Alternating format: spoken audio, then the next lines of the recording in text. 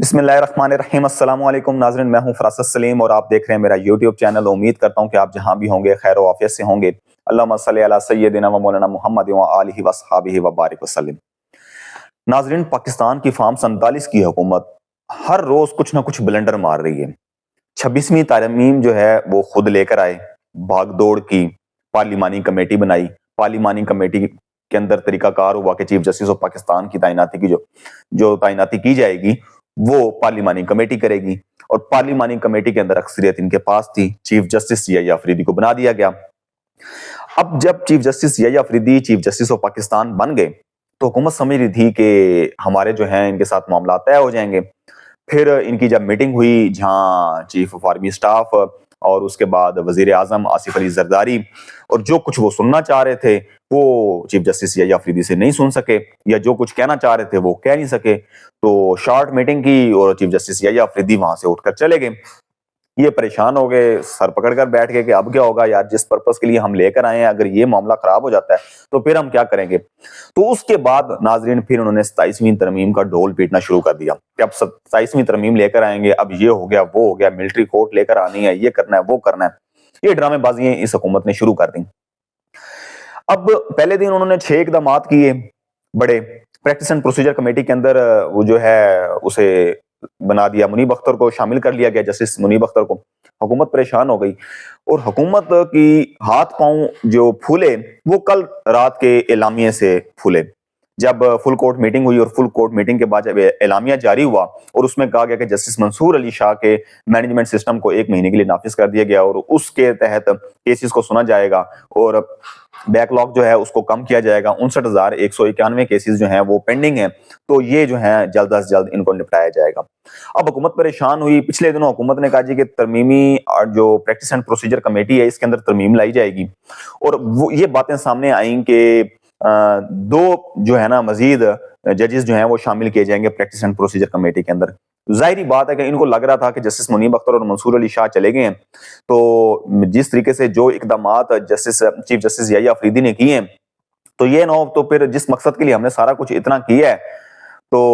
وہ سارا رہ جائے۔ انہوں نے کہا جی مزید 2 کریں گے اور 5 رکنی کمیٹی جو ہے نا پریکٹس اینڈ پروسیجر کی بنائی جائے گی تاکہ جسٹس امین الدین اور جسٹس نعیم اختر افغان کو جو ہے وہ شامل کیا جا سکے کسی نہ طریقے سے، یا جسٹس جمال خان مندوخیل کو، تاکہ 2 حکومتی ججز جو ہیں وہ شامل ہو جائیں۔ اب جب انہوں نے یہ دیکھا کہ معاملہ اور پھر رات جب اعلامیہ جاری ہو گیا تو ان کی پریشانی میں مزید اضافہ ہو گیا حکومت کی کہ اب یہ کیا ہو گیا کہ اگر چیف جسٹس بھی ان کے ساتھ مل جاتے ہیں تو 3-2 تو پھر بھی ہمارا جو 5 رکنی کمیٹی بنا رہے ہیں پریکٹس اینڈ پروسیجر یعنی کہ ترمیم لا کر، تو یہ تو پھر ہم فارغ ہاتھ پہ ہاتھ رکھ کے بیٹھ جائیں گے، یہ کیا ہو جائے گا۔ اب انہوں نے آج کے روز جو ہے وہ اب شروع کیا کہ جمعے کے روز یعنی کہ جو یہ ویک چل رہا ہے اس میں کسی بھی دن جمعے کو میرے خیال سے اجلاس قومی اسمبلی کا ہے تو وہاں جو ہے سادہ اکثریت سے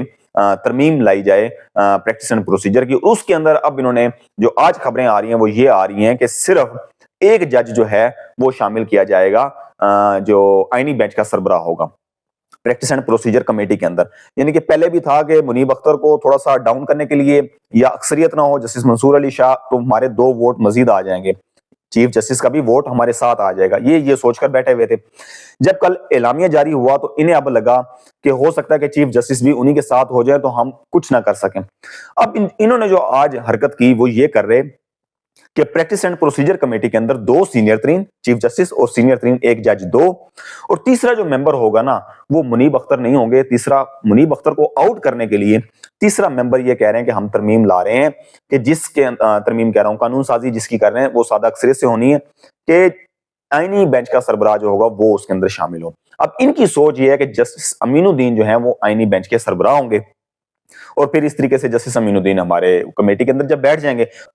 دوسرا ان کا کیا پلان ہے کہ ججز کی تعداد بڑھانے کا کہہ رہے ہیں کہ ہم نے ججز کی تعداد بڑھانی ہے، یعنی کہ سپریم کورٹ کے اندر ججز جو ہیں وہ 17 ہیں اور قاضی کے جانے کے بعد 16 ہیں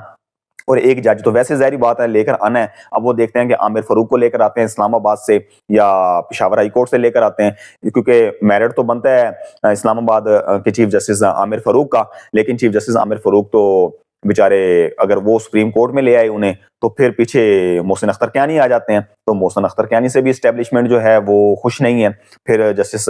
آگے گل حسن اورنگزیب آ جاتے ہیں، تو جسٹس گل حسن اورنگزیب جو ہیں ان کے ساتھ بھی معاملات اس طریقے سے ہیں کہ وہ بھی ریمارکس بہت سخت دے چکے ہیں، اور پہلا خط چیف جسٹس عامر فاروق کو جو لکھنے والے شکایت لگانے والوں میں وہ شامل تھے، اور جو دوسرا خط 6 ججز نے لکھا تھا اس میں وہ البتہ شامل نہیں تھے، تو وہ بھی خطرہ مول نہیں لے سکتے کہ یہ نہ ہو کہ ایک سے جان چھڑوائیں اور دوسرا جج وہ ان کے گلے فٹ ہو جائے۔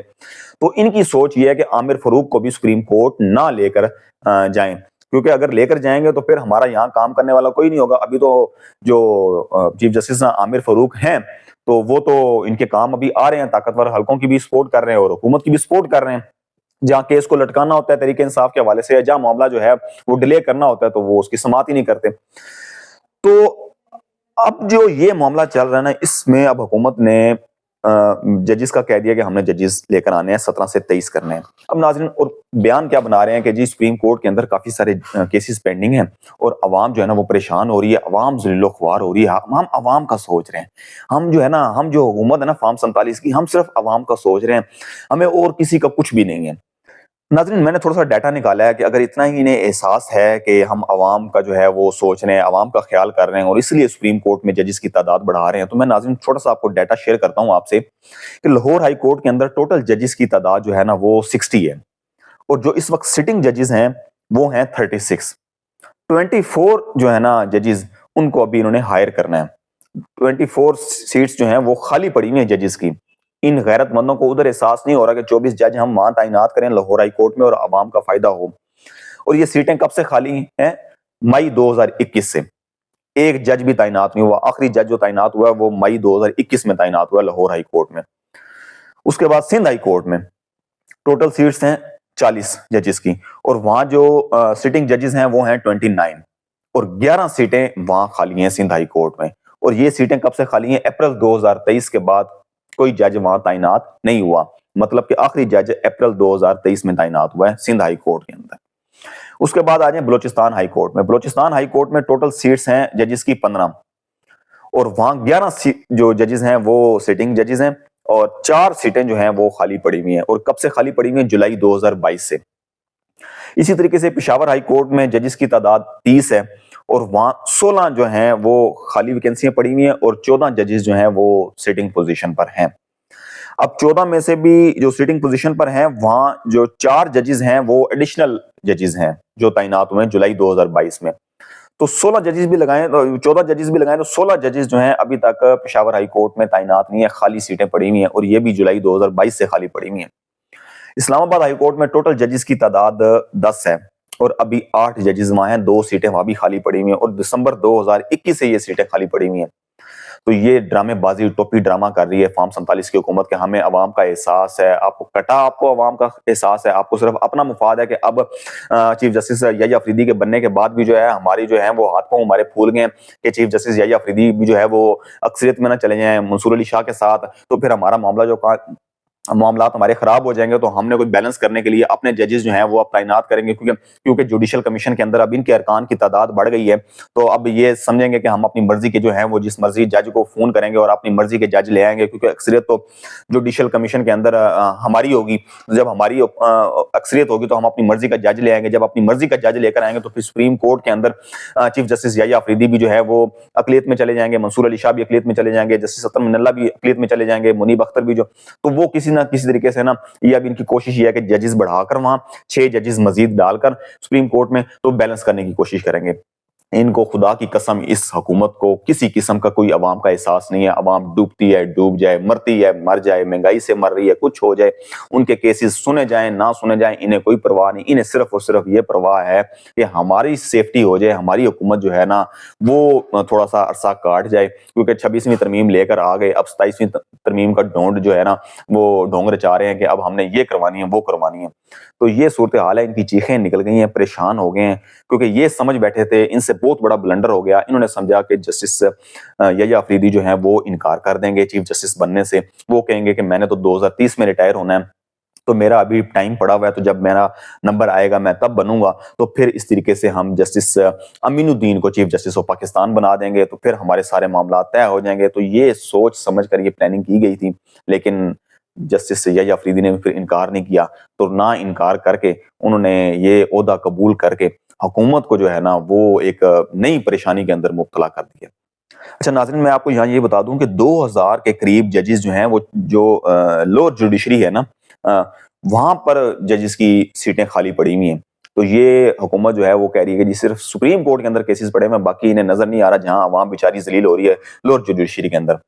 اور لاسٹ میں ناظرین آپ کو یہ بتا دوں کہ آج سپریم کورٹ بار ایسوسیشن کے الیکشن ہوئے اور 2 دھڑوں میں کانٹے کا مقابلہ ہے، ایک حامد خان گروپ اور ایک آسمہ جہانگیر گروپ. اور بدقسمتی کے ساتھ آسمہ جہانگیر گروپ کو جو ہے وہ اعظم نذیر تارڑ اور احسن بونج جیسے جو